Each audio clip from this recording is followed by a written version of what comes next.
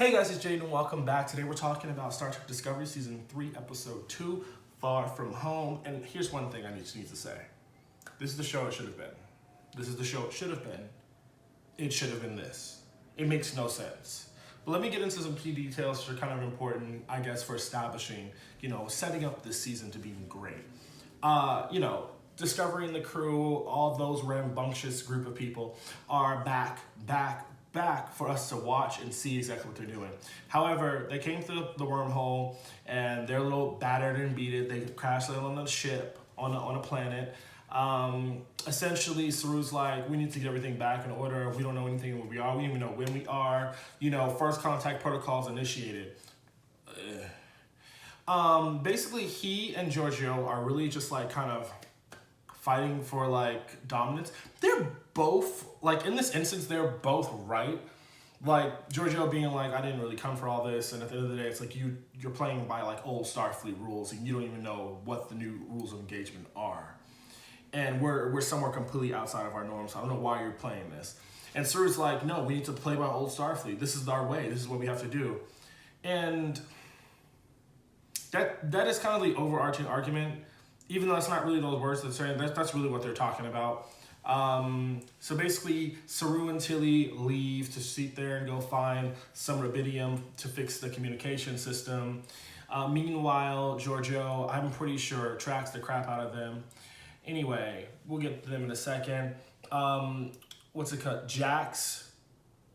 Jap? I don't remember her name. I feel so bad. I don't know her name. The super engineer who just can't escape disasters. She and Stimmons teamed up, even though Stimmons was supposed to be recovering, they team up to go fix, the power of the ship. Cool, work, we're here for that. And then we have, we actually learned the name, which we probably already knew her name, but I never knew her name, but it seems like she's about to play a big part. Shaved head lady with the little thingy thing on her head right there. Her name's Dimmer. Didn't know her name before, but it seems like they wanted to make sure we said her name, and so I guess we're gonna know. Other than that, the ship is basically being consumed by some parasitic ice. That's basically going to crush and eat them. That's new. What the fuck? What is this? So that's new, and then essentially the crew is trying to fix the ship.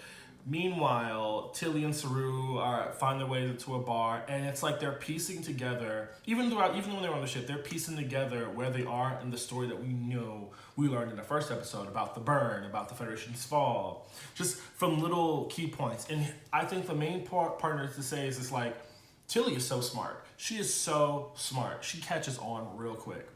They find some people that are willing to help. His name is Cal. He's a true believer, even though they don't really know, but they don't know what that means, but he's a true believer. He's like, hey, I'll help you out. I'll help you do this, yada, yada, yada. And then they end up meeting this guy named, I think his name was Zera. Zera is basically one of the bounty hunters, but kind of a dickhead. He kills Cal for helping them, but he's also smart. He seems to be like one of those people who was smart enough to take advantage of the fact that the burn happened. But at the same time, the burn happened 100 years ago, but he's acting like he just knows way too much than he should. I don't know. Maybe that's just me thinking that, but I just feel like he knows entirely too much. But I guess you gotta be smart if you're gonna be a bounty hunter. Not bounty hunter, a courier. Sorry, it's a better word. So essentially, Zara comes in, is like, hey, you're not going anywhere. We want your dilithium, period. And they negotiate, and Giorgio comes in, and I was just like, once Giorgio came in, I was like, oh, okay, so this is done. Because we all know Giorgio from the Mirror Universe, Emperor Giorgio is not about to take anything from anybody. So I was just like, once we saw that, I was like, oh, okay, so this is done. So they're going to get about the ship really nicely. That's cool. This is nice to know how it happened. And it ensues. And Giorgio's like, so essentially they end up hitting Giorgio with the ray. And I'm like, she don't really care about that. She was putting people in eradication or the pain chambers, whatever the hell they're called, for days. She just would leave people in. She probably experienced it herself. A little shock.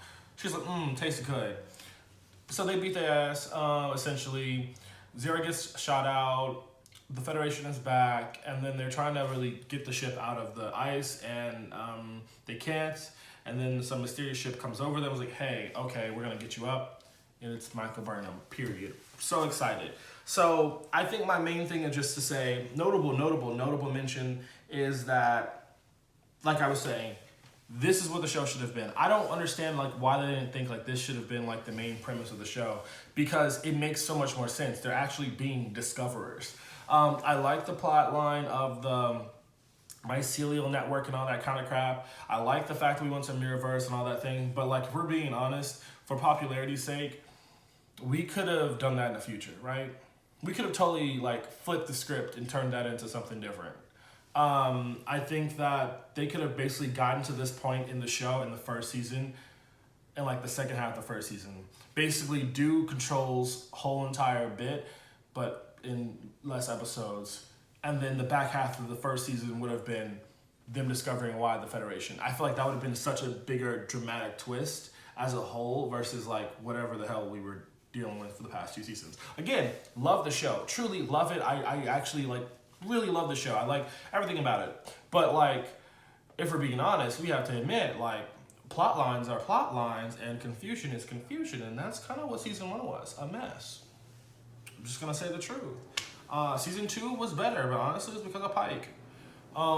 So season 3 is already doing great, so like, okay, go off, my guys, go off.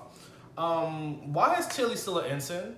I don't know. Why? Tell me why Tilly's an ensign. I want to know. Can someone answer that question for me? Like, it doesn't make sense. Promote her ass. She's proven time and time again that she is not your regular ensign.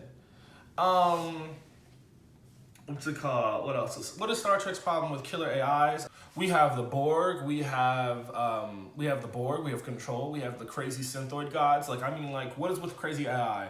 Like, is that everyone's worst fear? Because I'm not trying to be like find something new, but like, y'all, that was kind of what I was trying to point out last week, because it's just like so wild. But at least the burn is something new. Like, I'm here for that.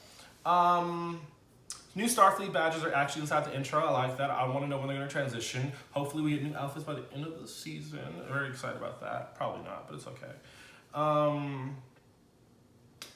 And Michelle Yeoh is a damn treasure. Period. That's just kind of where I'm at this entire episode. I really like where we're going with this season so far. Burnham got her crew back easily. This is a good setup for the rest of the season and really figuring out what's going to happen with the burn. I don't, again, know what's going to happen. I'm going to be honest. I think it's probably like Starfleet's own fault that they're, you know, the way they are. Maybe we'll see a Klingon. You know what I'm saying. Maybe we'll see a Klingon or something like that in the future. Because that's what I think will be a very interesting dynamic between the Klingons and the humans. That'd be very interesting, because we've already seen the Andorians, we've seen the Orions. Who's next? Something that I think is just so funny. Like, do you think they practice in the mirror saying critical systems down? Like, do you think they literally stare in the mirror, critical systems down, Captain? Like, you know, because they always have critical systems down. Like, what else is going to be down? Like, you know, anyway, that's for my episode today. Let me know what you think so far. How are you feeling about this? Do you agree that this should have been the show that they were going for in the first place? Let me know in the comments below. I really want to talk to y'all about that. But anyway, I'll be back next week. I'll see y'all later. I'm going to be honest, I'm exhausted. So, bye.